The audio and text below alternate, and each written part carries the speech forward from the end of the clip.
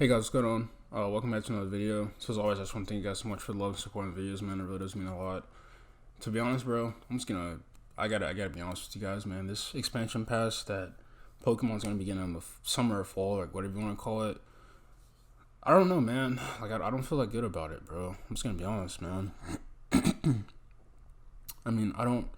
The only reason I see this makes sense is if the mainline Pokemon game is coming out next year. That's like the only way I see this makes any sense, like any type of way. Because again, like you look at games like Destiny.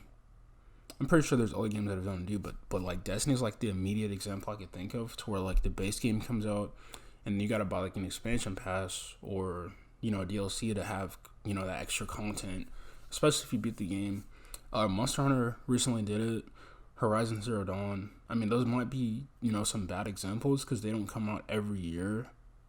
But at the end of the day, man, like I'm not so sure if this is a good move. Like again, like you gotta make money, your company, and again, I'm not bashing them or anything like that. But I just find it interesting that Pokemon Sword and Shield is gonna be getting the Isle of Armor and the Crown Tundra. But what's even more intriguing is that it's gonna be new content, but it's also gonna be recycled content pushed together with Pokemon that should have been in the base game that you should have been able to catch, but they're reusing it and they're adding value to it by saying, oh, you can get this new Pokemon called Cubfu.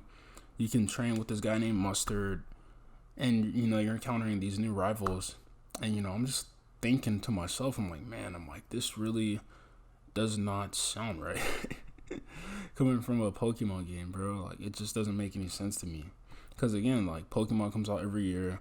I mean, I get there's gonna be free updates and stuff. Like okay, I definitely hand applaud them for that. Making it free to play. But at the end of the day, man, it's like I believe the expansion pass is gonna include both expansions.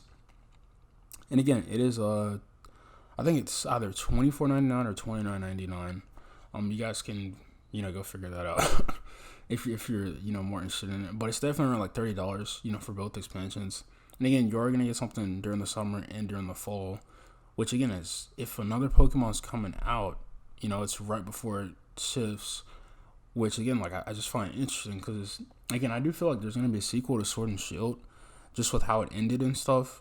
But again, like I'm not gonna go into the story because that's not what this video is about. But to be honest, man, again, like just seeing how Nintendo's going that route of, I guess you could kind of say it's like a Smash Bros route, where they're adding like the extra DLC or they have like the extra fighter, for $6 or whatever. You can still enjoy the game even if you don't have the fighter. Just like here, you can still enjoy the game, without the DLC. You still have access to different type of stuff.